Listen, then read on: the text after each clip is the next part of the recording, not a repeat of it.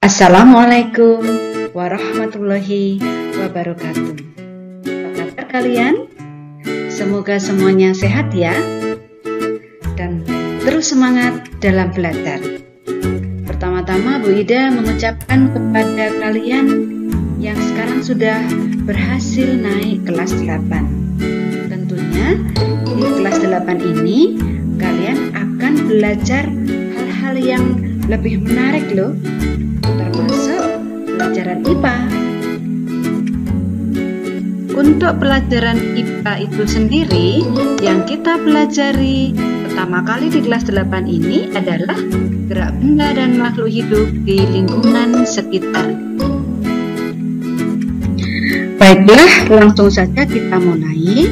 Pertama-tama coba kalian perhatikan peta konsep berikut ini. Gerak benda dan makhluk hidup dibagi menjadi dua bagian, yaitu gerak benda dan gerak makhluk hidup. Gerak benda dapat berupa gerak lurus ya, yang melibatkan jarak, perpindahan, kelajuan, kecepatan, dan perpindahan. Nah, gerak benda ini dipengaruhi oleh gaya. Dapat berupa gaya sentuh dan gaya tak sentuh. Berdasarkan hukum Newton ya, ini terdiri atas 3. Hukum pertama Newton, jumlah gaya sama dengan 0. Hukum 2 Newton, jumlah gaya sama dengan massa dikali kecepatan. Hukum 3 Newton, sama dengan jumlah gaya reaksi, di mana arahnya berlawanan. Anak-anak, selanjutnya untuk gerak pada makhluk hidup. Untuk gerak pada makhluk hidup ini dibagi menjadi 3 macam. Yang pertama adalah gerak pada manusia, yang kedua gerak pada hewan, dan yang ketiga adalah gerak pada tumbuhan. Gerak pada manusia, nah ini terdiri atas satu rangka. Rangka meliputi tulang rawan atau kartilago dan tulang sejati. Kemudian sendi. Sendi meliputi sendi mati, sendi kaku, dan sendi gerak. Sendi gerak ini meliputi 5 macam, yaitu sendi peluru, sendi engsel, sendi putar, sendi pelana, dan sendi geser. Nah, berikutnya otot. Otot ini dibagi menjadi 3 macam, yaitu otot lurik, otot polos, dan otot jantung. Berikutnya anak-anak, untuk gerak makhluk hidup ya pada hewan meliputi hewan di darat, hewan di air, dan hewan di udara.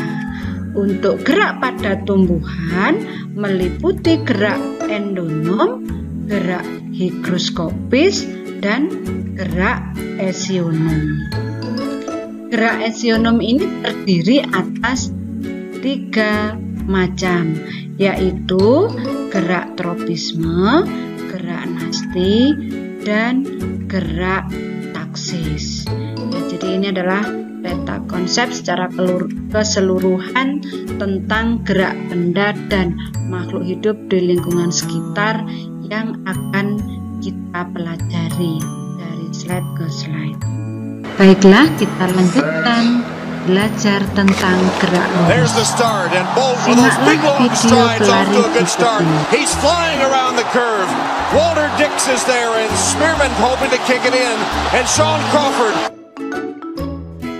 Kemampuan atlet dalam menempuh jarak yang dilambangkan dengan S tertentu setiap skonnya yang dilambangkan dengan T disebut sebagai kelajuan, atau secara matematis dapat ditulis V sama dengan S per T.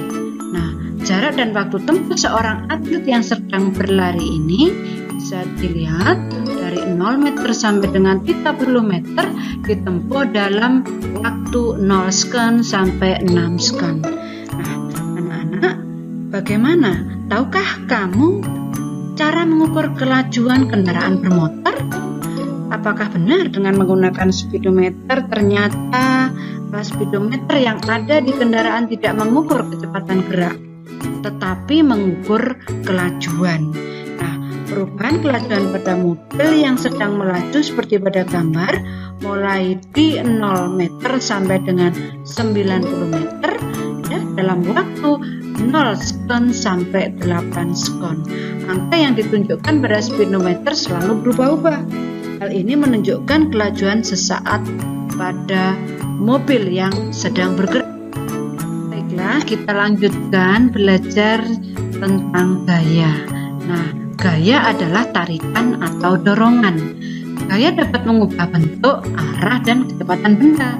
Misalnya, pada plastisin, kamu dapat melempar plastisin, menghentikan lemparan, atau menangkap plastisin, atau bahkan mengubah bentuk plastisin dengan memberikan gaya. Tahukah kamu gaya apakah yang diberikan pada plastisin tersebut? Ada berapa jenis gaya yang dapat kita temukan dalam kehidupan sehari-hari?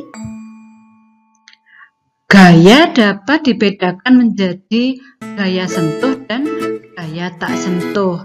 Gaya sentuh contohnya adalah gaya otot dan gaya gesek.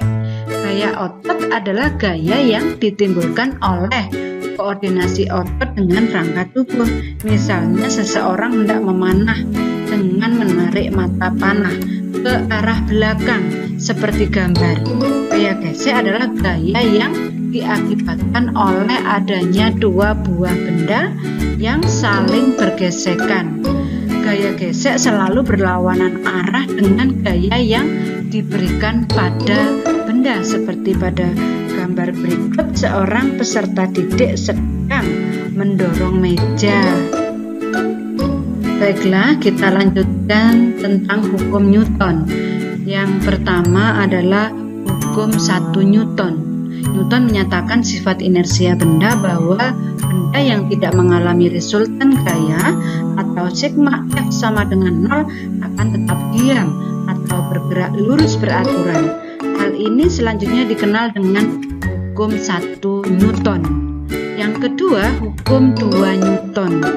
Nah, di dalam kehidupan sehari-hari kita sering menemukan fakta bahwa pada saat memindahkan balok seperti gambar akan lebih cepat jika gaya yang diberikan semakin besar. Hal ini dikarenakan gaya berbanding lurus dengan percepatan. Jadi dengan gaya yang besar, maka akan didapatkan percepatan yang lebih besar juga.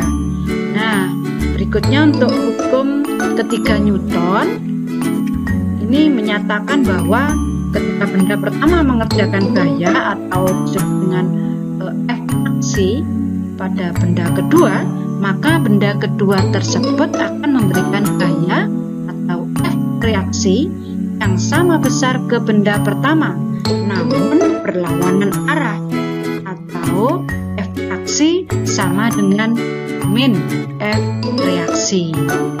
Sampai di sini dulu ya untuk materi gerak benda. Kurang lebihnya Bida mohon maaf. Terima kasih.